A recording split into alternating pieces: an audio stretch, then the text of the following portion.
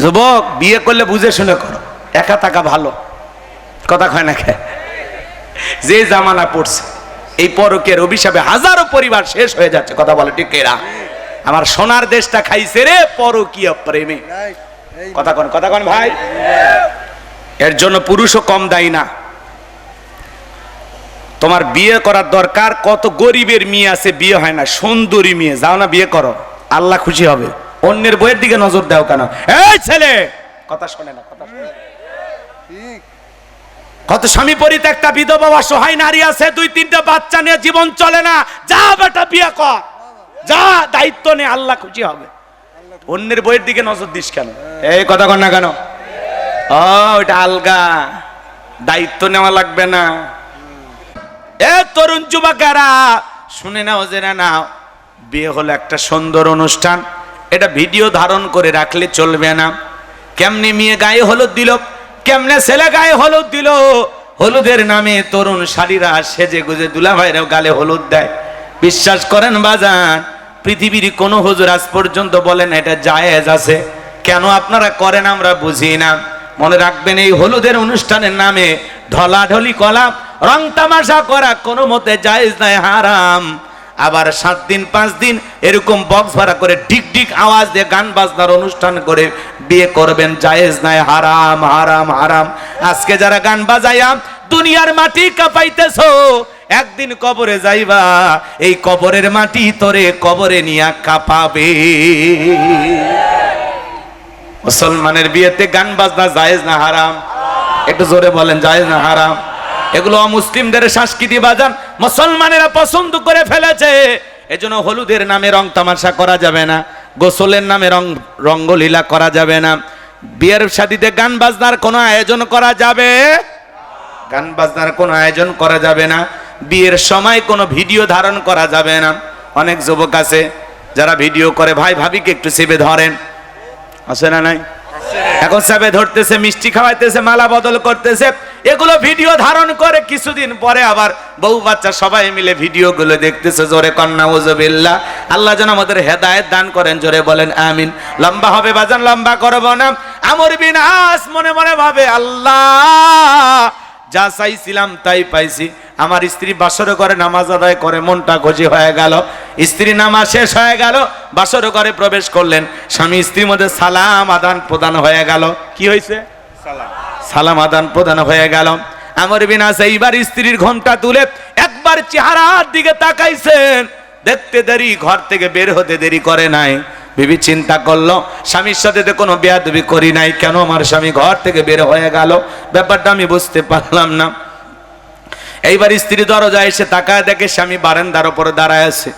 জিজ্ঞাসা করে রেখে বলে, স্বামী জানি না আপনার সাথে কোনো বেয়াদবি হয়েছে কিনা, আমার জানা নাই, তবে আমি যতটুকু জানি আপনি নাকি আল্লাহর অনেক বড় ওলি। যত বড় আল্লাহর ওলি হোক না কেন, আজকে আমার বাসর ঘর, আমার জীবনের প্রথম রজনী, আপনি যদি আজকে আমার হক না আদায় করেন, কিয়ামতের ময়দানে আল্লাহর আদালতে আমি আপনাকে আসামি বানাবো। আল্লাহর ওলি মনের মধ্যে পরকালের ভয় আছে। বাসর ঘরে প্রবেশ করলেন, বিবির সাথে ভালোবাসা বিনিময় করলেন। পরের দিন সকালবেলা আর এলাকায় থাকলেন না, চলে গেল মনের অজান্তে দূরে কোথাও। 1 দিন 2 দিন নয়, 25টা বছর অতিবাহিত হয়ে গেল, আর কোনোদিন বইয়ের খবর নিল না। 25 বছর পরে তাদের দাম্পত্য জীবনে কি ঘটনা ঘটে, আপনারা কি শুনতে রাজি আছেন? কারা কারা শুনতে চান 2 হাত তুলে আল্লাহকে একটাবার দেখান। লিল্লাহে তাকবীর, লিল্লাহে তাকবীর। হাত নামান আমার পাবনার মুসলমান ভাইরা। আল্লাহ রাব্বুল আলামিন বলেন, কুল্লু নাফসিম বিমা কাসাবাত রহিনা। প্রত্যেকটা ব্যক্তি তার নিষ্কৃত কর্মের কাছে আবদ্ধ। দিনের আলোতে রাতের গোপনে প্রকাশ্যে যা যা করতেছেন, আপনার সকাল থেকে সন্ধ্যা, সন্ধ্যা থেকে ফজর পর্যন্ত আপনার জীবনের 24টা ঘন্টার কর্মকাণ্ডে আপনি যা করতেছেন সব আল্লাহর ফেরেশতারা দেখতেছে, লিখতেছে। এজন্য যা দুনিয়াতে করব হিসাব করে করার দরকার আছে না নাই? এজন্য বাজান গুনাহ করা যাবে না, খাদ্যে ভেজাল দেওয়া যাবে না, ওজনে কম দেওয়া যাবে না, সুদ ঘুষ খাওয়া যাবে না, জিনা ব্যভিচার করা যাবে না, গুনাহের কোনো কাজ করা যাবে না, জমির আল ঠেলা যাবে না, দুধে পানি মিশানো যাবে না, প্রতিবেশীকে গালি দেওয়া যাবে না, কোনো মানুষের সাথে খারাপ আচরণ করা যাবে না, গোপনে প্রকাশ্যে কোনো অবস্থাতে গুনাহে লিপ্ত হওয়া যাবে না। নিজেকে গুনাহ থেকে বাঁচায় রাখা লাগবে কার ভয়ে? যেখানেই দাঁড়িয়ে গুনাহ করেন না কেন, দুনিয়ার কেউ না দেখলে একজন দেখতেছেন, তিনি কে? হে যুবক, গুনাহ করার আগে একটু চিন্তা করো যে আমি যে জায়গায় দাঁড়িয়ে গুনাহ করতেছি, আমার গুনাহের খবর দুনিয়ার কেউ জানে না, কেউ দেখতেছেন, একজন দেখতেছেন, তিনি কে? সেই ভয়টা যদি আপনার আমার দিলের ভিতরে থাকে, তাহলে কেবলমাত্র আমরা গুনাহমুক্ত জিন্দেগি যাপন করতে পারবো। আল্লাহ আমাদের গুনাহমুক্ত জিন্দেগি দান করেন, সিল্লা বলেন আমিন। পরেতে আল্লাহ রাব্বুল আলামিন বলেন, ইল্লা আসহাবাল ইয়ামিন, ডান পাশে যারা থাকবে তারা হলো নিরাপদ। আমার আল্লাহ রাব্বুল আলামিন বলেন, ওয়া কুনতুম আজওয়াজান সালাসা ফাআসহাবুল মাইমানাতি মা আসহাবুল মাইমানা ওয়া আসহাবুল মাশআমাতি মা আসহাবুল মাশআমা ওয়াস-সাবিকুনাস সাবিকুন উলাইকাল মুকাররাবুন। সূরা ওয়াকিয়ার ভিতরে আল্লাহ পাক জানায়া দিলেন, কঠিন কিয়ামতের ময়দানে আল্লাহ রাব্বুল আলামিন মানুষকে তিন শ্রেণীতে ভাগ করবেন। এর মধ্যে যারা ডান পাশে থাকবে তারা হলো জান্নাতি। বলুন সুবহানাল্লাহ। সেই কথা আল্লাহ রাব্বুল আলামিন বলেন, ইল্লা আসহাবাল ইয়ামিন ফি জান্নাতি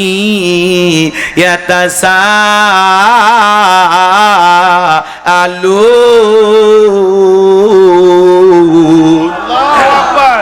আল্লাহ রাব্বুল আলামিন বলেন, যারা ডান পাশে থাকবে তারা নিরাপদ, আর ডান পাশে যারা থাকবে তারা জান্নাতের বাগানে প্রবেশ করবে। সুবহানাল্লাহ বলেন। ফি জান্নাতি ইয়াতাসাআলুন, তারা জান্নাতের বাগানে প্রবেশ করবে। পরস্পরে একজন আরেকজনের সাথে আলাপচারিতায় লিপ্ত হবে, একজন আরেকজনকে জিজ্ঞাসাবাদ করবে। আল্লাহু আকবার বলেন। এই যে আজকের মাহফিলের সভাপতি জনাব জাহাঙ্গীর আলম বীর মুক্তিযোদ্ধা, আল্লাহর কাছে দোয়া করে বললাম, আল্লাহ তোমার গোলাম জাহাঙ্গীর আলম বাচ্চু সর্দার যেই জান্নাতে থাকবে, দয়া করে আল্লাহ ওই একই জান্নাতে আমাকেও কবুল করে নিও। একটু জোরে বলেন না আমিন। আল্লাহর কাছে দোয়া করলাম, আল্লাহ আজকের মাহফিলে আপনার সাথিয়ায় এই তলট এলাকার যত মানুষ কোরআনের কথা শোনার জন্য উপস্থিত হয়েছে, আল্লাহ আমাদের সবাইকে আপনি একই জান্নাতে দয়া করে কবুল করে নেন। জোরে বলেন আমিন। আর একটু জোরে বলেন আমিন। আল্লাহ যদি দয়া করে আপনাকে আমাকে একই জান্নাত দেন, সভাপতিকে আল্লাহ যদি একই জান্নাত দেন, আমারে যদি একই জান্নাত আল্লাহ দেন, তাহলে দুইজন একজন আরেকজনকে দেখে চিনতে পারবে। সভাপতি মহোদয় আমাকে দেখে বলবে, হুজুর আপনি সেই গোলাম রব্বানী গাইবান্ধাই বাড়ি? হ্যাঁ। ওই যে আমার এলাকায় ওয়াজ করতে গেছিলেন ওই মাহফিলের সভাপতি আমি ছিলাম। জি জি জি, চিনতে পারছি। বলে আমারে দেখে চিনতে পারছেন? আসেন না হুজুর, কতদিন পরে দেখা হয়ে গেল, আসেন আমরা একটু গল্প করি। তখন একে অপরের সাথে গল্প করবে, জিজ্ঞাসাবাদ করবে, জান্নাতের বাগানের ভিআইপি চেয়ারে বৈশা। বলুন সুবহানাল্লাহ। অনেকে ভাবতেছেন হুজুর দোয়া করলে জান্নাত অতি সহজ। তাহলে ছোট্ট একটা ঘটনা জানা আছে আপনাদের, তারপরে সংক্ষিপ্ত করে বলে আমার একটা টার্গেট আছে, সেই জায়গায় যাওয়া লাগবে। যুবক যারা আছো নিরাশ হয় না, তোমাদের জন্য স্পেশাল কিছু আলোচনা মাথার মেমোরিতে সেভ করা আছে, সময় মতো ডাউনলোড দিয়ে শোনায়া দেব। মা যারা ওয়াজ শুনতেছেন, মা আপনারাও নিরাশ হবেন না। যে সমস্ত মা বোনেরা আঁকা বাঁকা পথে সাপের মতো বেঁকা হয়ে চলে, ওয়াজের মাধ্যমে আজকে সেই সমস্ত মা বোনদেরকে সোজা করা হবে। একটু অপেক্ষা করো। হ্যাঁ চলবি না? হ্যাঁ বেকা হয়ে গেছে মা বোন, সোজা করা লাগবে। সভাপতি করছে ঠিক আছে, এটা চলবে, একটু অপেক্ষা করেন। লিল্লাহে তাকবীর। আমি যে আয়াতগুলো তিলাওয়াত করছি খালি সামনে যাবার দেন, শেষের দিকে মজা আছে। এদিক খেয়াল করেন আমার ভাইয়েরা। যে কথা বলতে চাচ্ছিলাম, আল্লাহর নবী মুসা আলাইহিস সালাম আল্লাহকে ডেকে বলেন, আল্লাহ আমাকে কি জান্নাত দেবেন? আল্লাহ ডেকে বলে, এটা কেমন কথা? নবী মানুষ কেন জান্নাত দেব না? অবশ্যই আমি তোমাকে জান্নাত দেব। নবী মুসা ডেকে বলে, আল্লাহ জান্নাত দিবেন বুঝতে পারলাম, কিন্তু জান্নাতে আমার প্রতিবেশী কে হবে জানতে একটু মনে চায়। কারণ প্রতিবেশী যদি ভালো হয় সমাজেও বসবাস করে শান্তি পাওয়া যায়। কথা বলেন ঠিক কি না? কিন্তু এমন কিছু খাচ্চর বেয়াদব বারকা প্রতিবেশী সমাজে পাওয়া যায়। একটু 19-20 হয়ে গেলে রাস্তার মধ্যে ব্যারিকেড দেয়, বেড়া দেয়, বোঝেন না? বেড়া দেয়, ব্যারিকেড দিয়ে বলে আমার সাথে ঝগড়া করবা, আবার আমার রাস্তা দিয়ে হেঁটে যাবা, ব্যারিকেড দিয়ে দিলাম, এখন আসমান দিয়ে হাইটা যা। আছে না নাই? প্রতিবেশীর সাথে ঝগড়া লাগে, কলার বাগান কেটে ফেলে দেয়, আছে না নাই? পিয়ারার বাগান কেটে ফেলে দেয়, পেঁপের বাগান কেটে ফেলে দেয়। প্রতিবেশীর সাথে ঝগড়া লাগা প্রতিবেশীর পুকুরের মাছ মারার জন্য গ্যাসের ট্যাবলেট দিয়ে দেয়, আছে না নাই? হ্যাঁ, এগুলো সমাজে ঘটে না? ঘটে না? আমার ভাইয়েরা দিল দিয়া কথা করে বোঝার চেষ্টা করবেন বাজান। এইরকম প্রতিবেশী যারা পেয়েছে ওরা মনে হয় দুনিয়াতে জাহান্নামে আছে। প্রতিবেশী যদি খারাপ হয় বসবাস করে শান্তি পাওয়া যায় না, একটু 19-20 হয়ে গেলে সর্বনাশ হয়ে যায়। আমার এলাকার এক মহিলার ফ্রিজে আর এক মহিলা একটু গোস্ত মাছ রাখছে বাজান, ঝগড়া লাগার পরে ওই মহিলা যার ফ্রিজে গোস্ত মাছ রাখছে সেই মহিলা বলতেছে আমার সাথে ঝগড়া করবি আর আমার ফ্রিজে মাছ গোস্ত রাখবি, যত মাছ গোস্ত রাখছিস এক টোকলাও আর দেব না। আমার সাথে ঝগড়া করে আমার ফ্রিজের মাছ গোস্ত খাবি, আর দেব না, আর দেইনি। কথা কি বুঝতে পারছেন বাজান? এই জন্য ভাইয়েরা আমার, প্রতিবেশীর মধ্যে ঝগড়া আছে, মহিলাদের মধ্যে স্বভাবটা অনেক বেশি। এক মহিলার মুরগি আর এক মহিলার মুরগির বাড়িতে গেলে কি বলেন, পা ভেঙে দেওয়ার পরিকল্পনা করে, আছে না নাই? কয় অন্যের মুরগি কেন আমার বাড়িতে আসে? চিন্তা করেন বাজান, এইরকম প্রতিবেশী সমাজে আছে। আবার অনেক ভালো প্রতিবেশীও সমাজে আছে যারা বিপদ আপদে পাশে দাঁড়ায়, একে অপরকে সহযোগিতা করে। কথা বলেন ঠিক কিনা? লম্বা হবে, আমি লম্বা করব না। নবী মুসা ডেকে বলে আল্লাহ জান্নাতে আমার প্রতিবেশী কে হবে, পাশের ফ্ল্যাটে কে থাকবে আমি জানতে চাই। আল্লাহ ডেকে বলে পয়গাম্বার তোমার সাথে যাকে জান্নাত দেব বর্তমানে দুনিয়াতে একজন কসাই সে। নবী মুসা ডেকে বলে আল্লাহ এত মানুষ দুনিয়াতে থাকতে একটা কসাই কেন জান্নাতে যাবে আমার সাথে, জানতে বড় মনে চায়। আল্লাহ ডেকে বলে সব উত্তর যদি আমি দিয়ে দেই, নবী বানাইলাম কেন? যাও যাও, কেন কসাইকে জান্নাত দিলাম যদি জানতে চাও কসাইয়ের বাড়িতে চলে যাও। পয়গাম্বার আল্লাহ পাকের অর্ডার মোতাবেক যেই বাজারে কসাই গোস্ত বিক্রি করে সেই বাজারে আসলেন। কসাই গোস্ত বিক্রি করে টোকলা বেঁধে বাড়ির পথে রওনা করেছেন। নবী মুসা পেছন থেকে ডেকে বলে কসাই তোমার বাড়িতে যদি আজকে মেহমান হই তোমার কি কোনো আপত্তি আছে? বলে না, আমার কোনো আপত্তি নাই। পয়গাম্বার মুসা নবী কসাইয়ের সঙ্গে মেহমান হয়ে বাড়িতে গেলেন। এইবার কসাই সুন্দর করে গোস্তগুলো রান্না করে একটা বাটির ভিতরে নিয়াম তার জনম দুঃখিনী মা, চোখে দেখতে পারে না, অন্ধ মহিলা, জনম দুঃখিনী মায়ের মুখে গোস্তগুলো তুলে তুলে খাওয়াইলেন।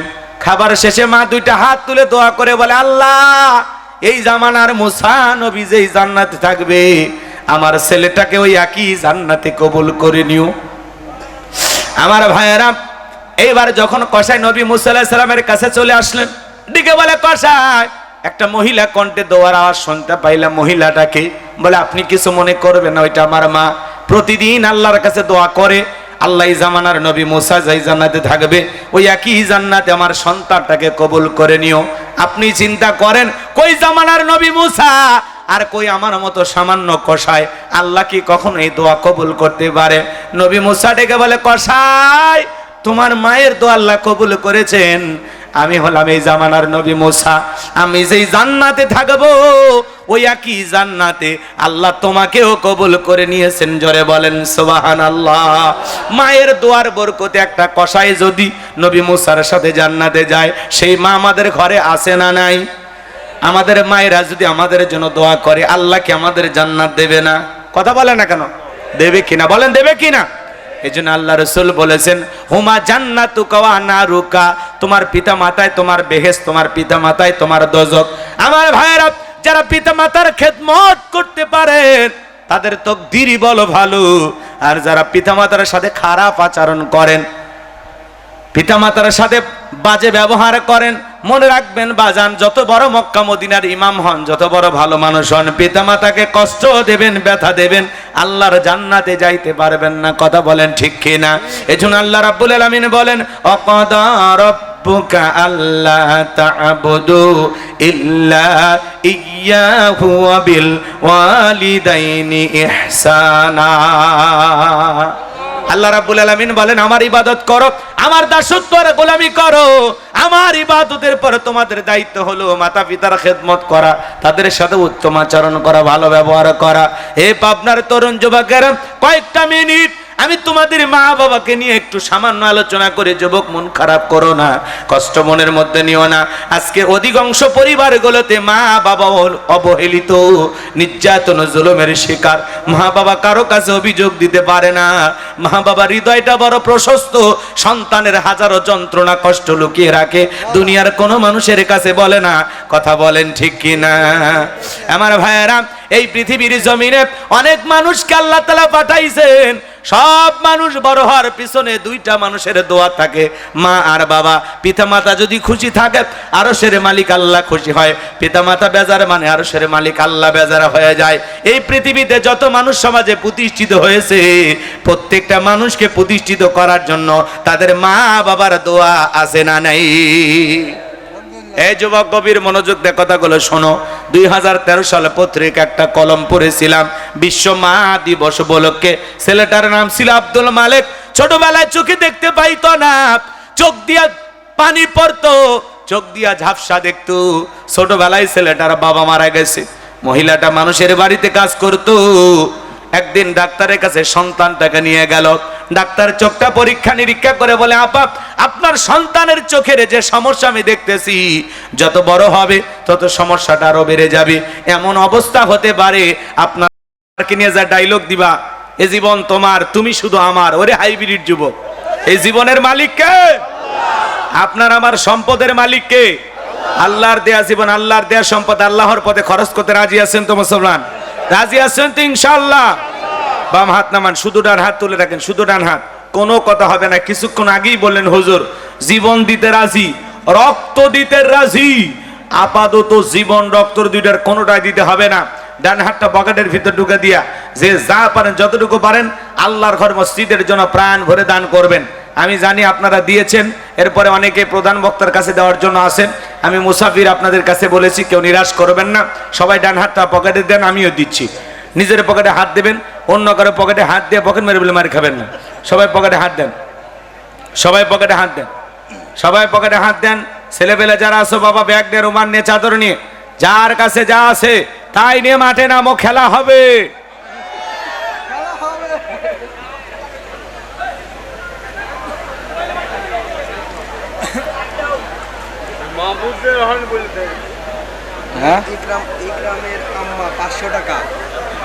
যে যা পারেন যতটুকু পারেন প্রাণ ভরে দান করেন।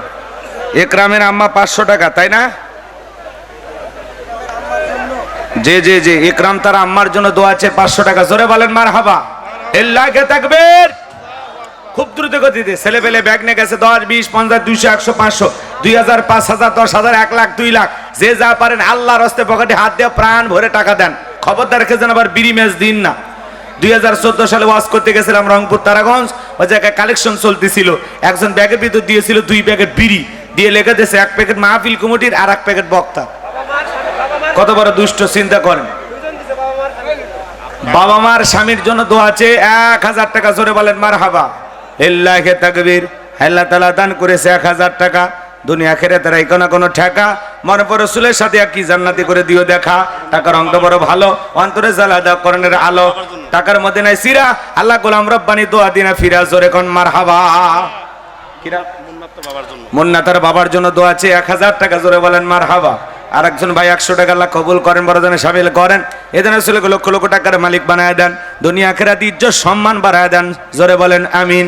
আসেন আসেন দরদিরে আমার, দিয়া ধন বোঝে মন কেড়ে নিতে কতক্ষণ। নদীর কোলে ভাঙে কল করে, এই তো নদীর খেলা। সকালবেলা টাকাওয়ালা, তুই ফকির সন্ধ্যাবেলা। ছেড়ে বেলে গেছে ভাই, যে যা পারেন তাড়াতাড়ি দেন। সময় কম, আলোচনায় চলে যাব, কষ্ট দেওয়া যাবে না। মহিলা প্যান্ডেল আমার মা বোন যারা বসে আছেন, মা আমি জানি পাবনার মা বোনদের হাতে রান্না যেমন ভালো, মনটা তার সাথে বেশি ভালো। আল্লাহ আমার মা বোনদেরকে দান করা তৌফিক দান করুন। জোরে বলুন আমিন। একটু জিকির করেন লা ইলাহা ইল্লাল্লাহ। জোরে লা ইলাহা, জোরে লা।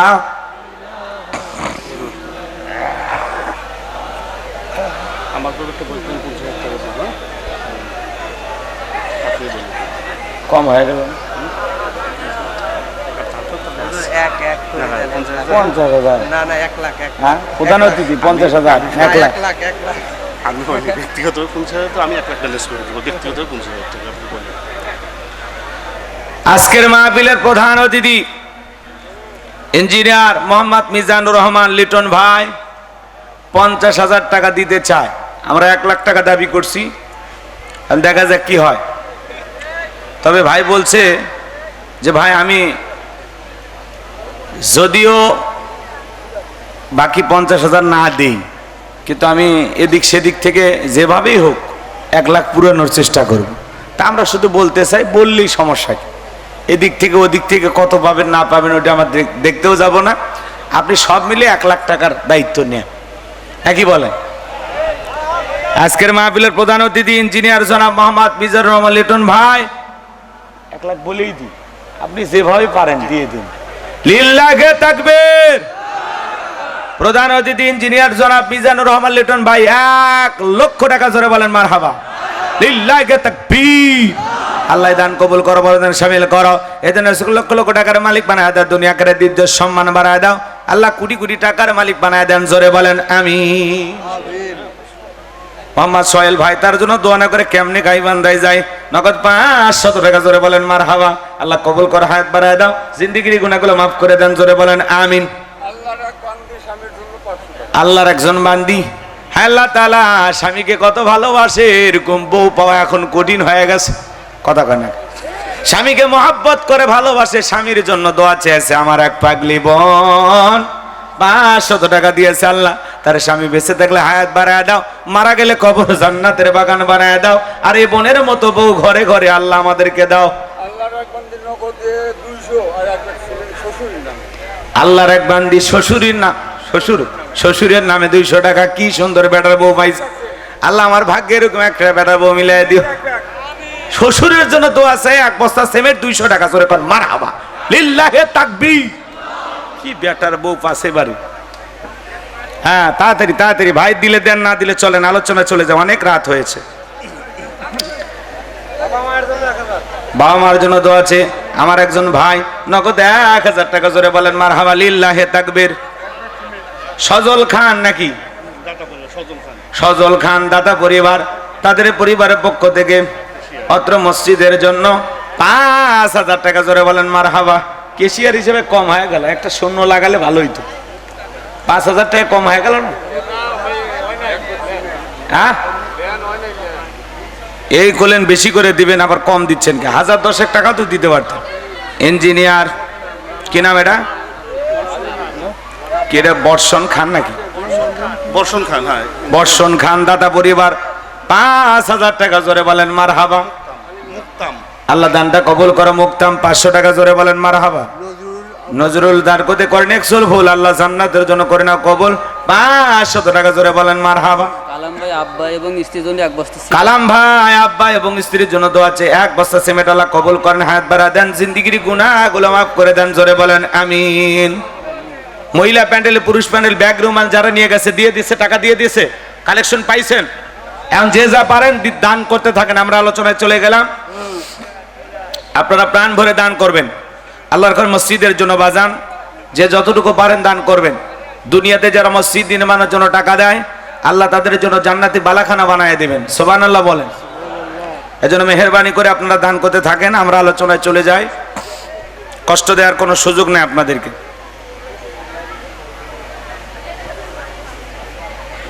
আর কেউ নাই? সভাপতি বাজান তো দিয়ে দিয়েছেন না? ওনার কাছে বলে দিয়েছেন 10,000। আমার কাছে কিছু বলবেন না তো? বাকি রাখেননি তো? আলহামদুলিল্লাহ, সমস্যা নেই। আপনার মাই জমি দিচ্ছে মসজিদের না? আল্লাহ আপনার মায়ের কবর জান্নাতের বাগান বানায় দেন। একটু চিল্লা বলেন আমিন। চলেন ভাইয়ের আমার, আপনারা যেভাবে কথা মানে আওয়াজ দিচ্ছেন, এমনি তো সামনে আল্লাহর অনেক গোলামেরা বসে আছেন, কিন্তু আপনাদের আওয়াজ একটু কষ্ট করে একটু বেশি করে দেয়া লাগবে। একজন 100 জনের ভূমিকা পালন করা লাগবে। মনে যায় হবে যে মাহফিলে কয়েক হাজার মানুষ বসে আলোচনা শুনতেছে, এরকম একটা আওয়াজ দিয়ে সহযোগিতা করা লাগবে। জায়গা ছোট্ট, বসার পরিবেশ নাই। হ্যাঁ, অনেকে দাঁড়ায় আছেন, কষ্ট পাচ্ছেন, অনেকে মেলায় ঘুরতেছেন, ঠিক আছে, যা হয়েছে আলহামদুলিল্লাহ মাইনে নিলাম। এবার আমার কথাটা শোনেন, আমি করব ওয়াজ, আপনারা দিবেন আওয়াজ, জবাব দিবেন ঠিক ঠিক, আলোচনা হবে কমপ্লিট, শ্রোতাদের স্পিরিটে বারে বক্তার হিট, আলোচনা হবে জায়গা মতো ফিট। আগে বলতাম কিছু আজ প্যান্ডেলে, কিছু আজ অ্যাঙ্গেলে, এখন আর অ্যাঙ্গেলে না, যা বলবো সব ডাইরেক্ট। অ্যাঙ্গেলে বলার দিন শেষ, ডাইরেক্ট বলার বাংলাদেশ। কথা বলা ঠিক কি না? যে যা দেয় নিতে থাকেন, আর দয়া করে এই জায়গায় টাকা গণলেও শব্দ করবেন না, আওয়াজ যেন না হয়, আর পারলে মসজিদে নিয়ে যান, সবচেয়ে ভালো।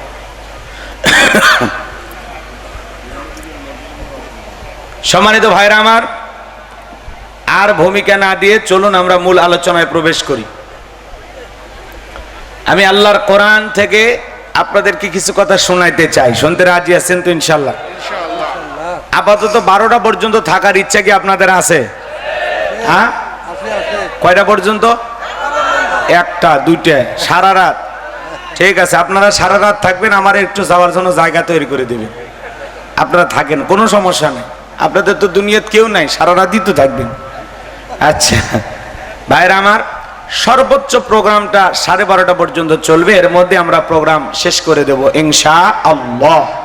আমি গুনাহগারে নিয়ত করেছি 12:30 পর্যন্ত। আপনারা আমার সঙ্গে যারা যারা থাকতে রাজি নাই তারা হাত তোলেন। যারা রাজি নাই, তার মানে পাবনার মানুষ অনেক চালাক হয়ে গেছে। শ্রোতারা যদি চালাক হয়, ওয়াজ করে শান্তি পাওয়া যায়, কইতে কলিকাতা বুঝে নাই। আজকের মাহফিলে আসতে পেরে, বসতে পেরে যারা খুশি হয়েছেন, 12:30 পর্যন্ত গুনাহগারের কথা শুনতে রাজি আছেন, 2 হাত তুলে একবার শুধু বলেন ইনশাআল্লাহ। আর একটু জোরে বলেন ইনশাআল্লাহ। আরো একবার বলুন ইনশাআল্লাহ। হাত নামান। এই যে ওয়াদা দিলেন, ওয়াদা ভঙ্গ করা কিসের লক্ষণ? মুনাফিকের লক্ষণ। আমার বিশ্বাস পাবনার মাটিতে কোনো মুনাফিকের জায়গা নাই। পাবনার মাটি ইসলামী আন্দোলনের ঘাঁটি। কথা বলে ঠিক কি না? পাবনার মাটি আলেম ওলামাদের ঘাঁটি, এটা বিশ্বাস করি আমি। এই জায়গায় কোনো মুনাফিকের জায়গা হবে না। সামনে যারা বসে আছেন আওয়াজ দেবেন, এদিকে তাকান। আমি আপনাদের সামনে পবিত্র কোরআনুল কারীমের 74 নম্বর সূরা, সূরাটির নাম মুদ্দাসির। বলেন কি নাম? মুদ্দাসির মানে পোশাক পরিহিত। সুবহানাল্লাহ বলেন। মোট আয়াত আছে 56, রুকু আছে 2টি। বিশ্বনবীর মক্কার জিন্দেগিতে আল্লাহ রাব্বুল আলামিন এই সূরাটি নাজিল করেছেন। আমি আপনাদের সামনে বেশ কয়েকটি আয়াতে কারিমা তেলাওয়াত করেছি। এই আয়াতগুলোকে সামনে রেখে আমি আলোচনা রাখার চেষ্টা করব ইনশাআল্লাহ। আল্লাহ যেন তার গোলামকে বলার তৌফিক দান করেন। ছেলে বলেন আমিন। আর একটু জোরে বলেন আমিন। জবান ছেড়ে সবাই মহাব্বতে, কৃপণতা কেউ করবেন না, আমার সঙ্গে তেলাওয়াত করুন। আউযু বিল্লাহি মিনাশ শাইতানির রাজিম। বিসমিল্লাহির রাহমানির রহিম। আগে ঠিক ছিল, হালকা করে। বিতাড়িত মোর্দার শয়তানের কাছ থেকে আল্লাহ পাকের কাছে আশ্রয় প্রার্থনা চাচ্ছি। পরম কোন অসুবিধা হলো আল্লাহ তাআলা নামে শুরু করছি। সূরার নাম কি বললাম? মুদ্দাসির। বলেন কি নাম? আচ্ছা, কোরআনের কথা শোনার জন্য তো আসছেন, নাকি অন্য কিছু? অন্য কিছু শুনবেন? হ্যাঁ, সত্যি কোরআন শোনার নিয়তে আসছেন? অন্তরের মধ্যে কোনো ভেজাল নাই তো? তাহলে নির্ভেজাল কিছু আলোচনা হবে কোরআন এবং সুন্নাহর আলোকে। কারণ কোরআন থেকে যদি কথা বলি, বলেন তো সেই কথার চাইতে দামি কথা, শ্রেষ্ঠ কথা পৃথিবীতে আর কিছু হতে পারে? কোরআনের মধ্যে কোনো ভেজাল আছে? কোনো মিথ্যা আছে? কোনো ধোঁকা আছে? থাকবে কি করে? কিতাবটি নাজিল করেছেন কে? সে আল্লাহ রাব্বুল আলামিন বলেন, যালিকাল কিতাবু লা রাইবা ফীহি। আমার আল্লাহ রাব্বুল আলামিন বলেন, এটি এমন একটি কিতাব যেই কিতাবের মধ্যে কোনো সন্দেহ নাই, কোনো সংশয় নাই, কোনো মিথ্যা নাই, কোনো ধোঁকা নাই। There is no doubt. বলুন আল্লাহু আকবার। হুদাল্লিল মুত্তাকিন, মুত্তাকি বান্দাদের জন্য গাইডলাইন হিসাবে, পথ প্রদর্শক হিসাবে আসমান থেকে কিতাবটি নাজিল করেছেন কে? সেই কিতাবের আলোচনা শুনলে লাভ না লস? লাভটা কি আমার আল্লাহ জানায় দিলেন, ওয়া ইযা কুরিয়াল কুরআনু ফাসতামিউ লাহু ওয়া আনসিতু লাআল্লাকুম তুরহামুন। সূরা আরাফ আয়াত নাম্বার 204 আমার আল্লাহ রাব্বুল আলামিন জানিয়ে দিলেন, তোমাদের সামনে যখন কোরআন পাঠ করা হয়, কোরআনের আলোচনা করা হয়, চুপ করে কান লাগিয়ে মনোযোগ সহকারে কোরআনের কথাগুলো শ্রবণ করো। যারা চুপচাপ কোরআনুল কারীমের কথাগুলো শ্রবণ করবে, আমার আল্লাহ রাব্বুল আলামিন আসমান থেকে তাদের উপরে আল্লাহ রহমত বৃষ্টির মতো নাজিল করবেন। বলুন সুবহানাল্লাহ। ওয়াযাক্কির ফাইন্না যিকরা তানফাউল মুমিনিন, সূরা জারিয়ার 55 নম্বর আয়াত। আল্লাহ ডেকে বলেন, যারা আমার মুমিন বান্দা, তাদের সামনে যখন কোরআন দেওয়াজ করা হবে, কোরআন থেকে উপদেশ দেওয়া হবে, এই কথাগুলো শোনার পরে আমার মুমিন বান্দাদের উপকারে আসবে। বলুন সুবহানাল্লাহ। তাহলে আল্লাহর কোরআন থেকে কথা বলবো ভাই, আমার কোনো জ্ঞান নাই, জ্ঞান দেওয়ার মালিক কে? আল্লাহ।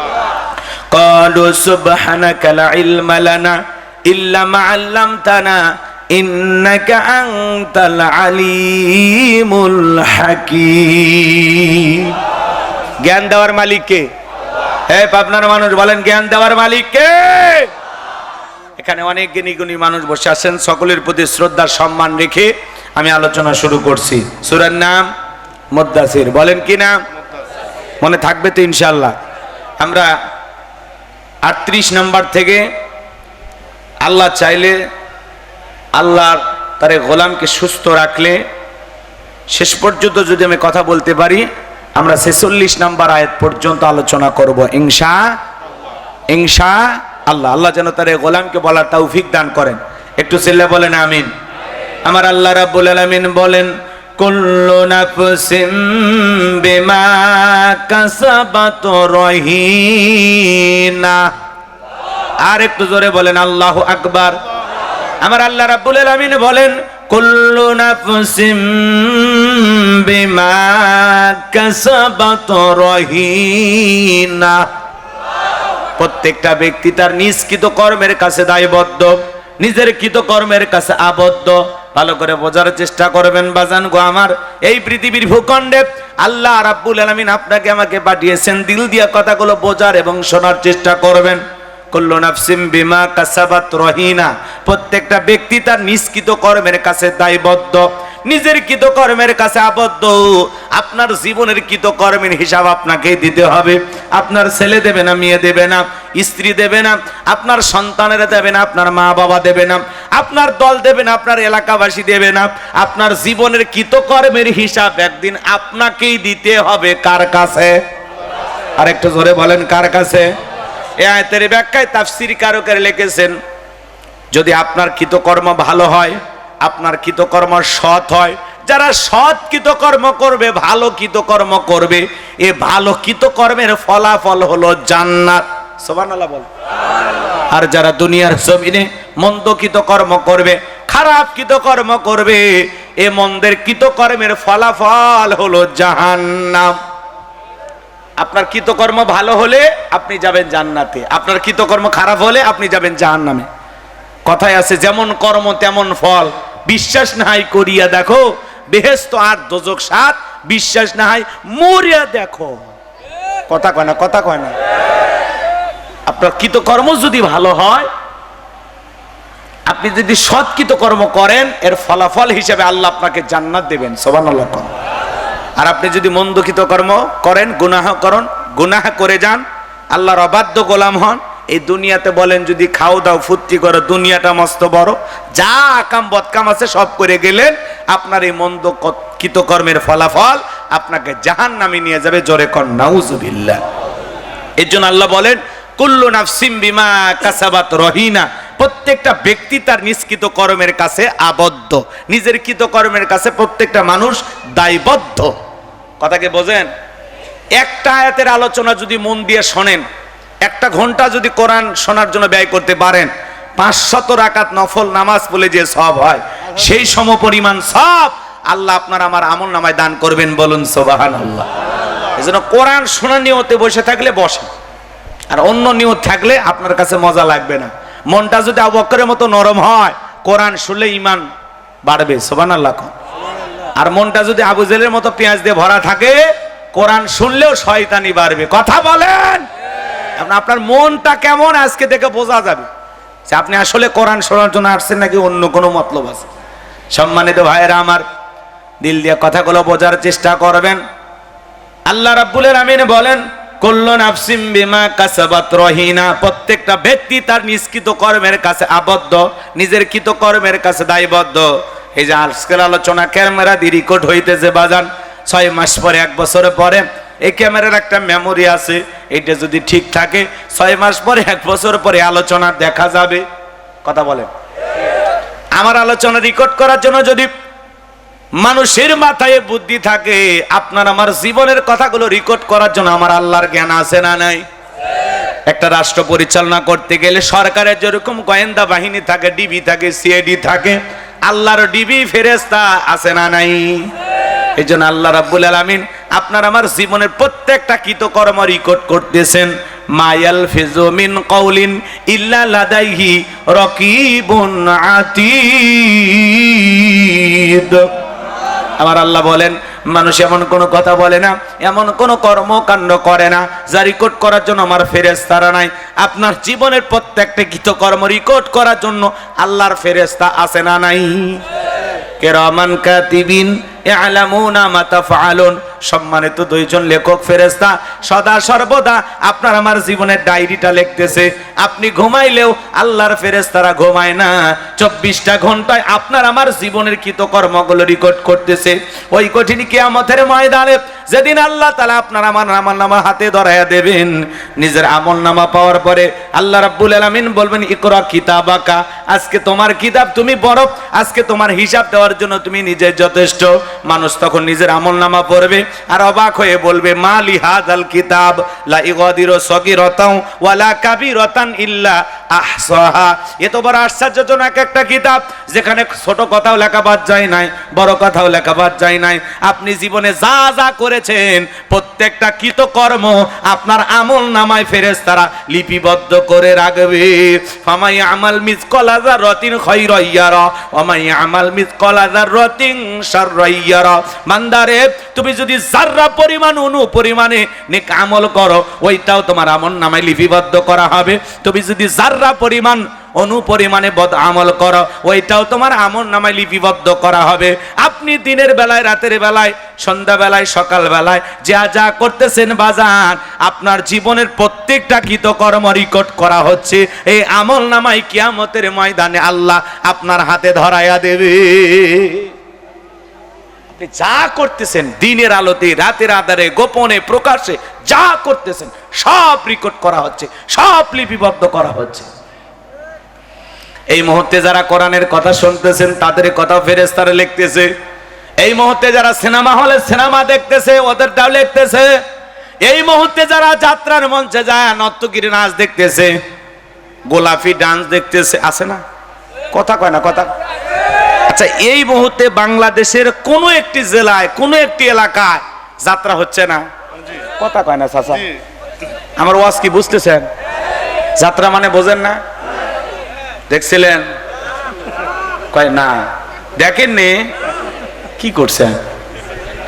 2000 সালে বোঝেন তো, আজ থেকে 25 বছর আগে বা আজ থেকে 30-35 বছর আগে এরকম গ্রামে গ্রামে এরকম মন সাজাইয়া লসিমন, করিমন, খায়রন সুন্দরী, মানেসাবরী, কমলার বনবাস হইতো, শুনছিলেন? ওগুলোকে কি বলতো? যাত্রাপালা, তাই না চাচা? চাচা কথা কয় না বারে? চাচা যাত্রাপালা হইতো না? তা কথা কন নাকি আপনারা? মনে হয় কে জীবনে দেখিনি, শুনছে মনে আজকে প্রথম। এই গ্রামে হয়তো বা হয়েছে,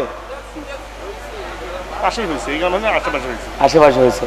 যাত্রাপালার খবর আপনি জানেন না? আমি দেখিনি, কোনোদিন দেখেননি? তাহলে এটি বললে লাভ নেই। এরকম মন সাজায় আগে যাত্রাপালা হইতো, নাচ গান হইতো। এখনো মনে করেন বাংলাদেশের কোনো একটি জায়গায় হয়তোবা এই মুহূর্তে কিছু লোক বৈশা যাত্রা দেখতেছে, ওই জায়গায় ফেরেশতারা লিখতেছে না? না, ফেরেশতারা অবশ্য যাত্রা গানের ওখানে থাকে না। কি বলেন? কে ঢুকলো কে বের হলে ফেরেশতারা দেখেও না, লেখেও না। কি বলেন? যারা মসজিদে বসে এই মুহূর্তে জিকির করতেছে তাদের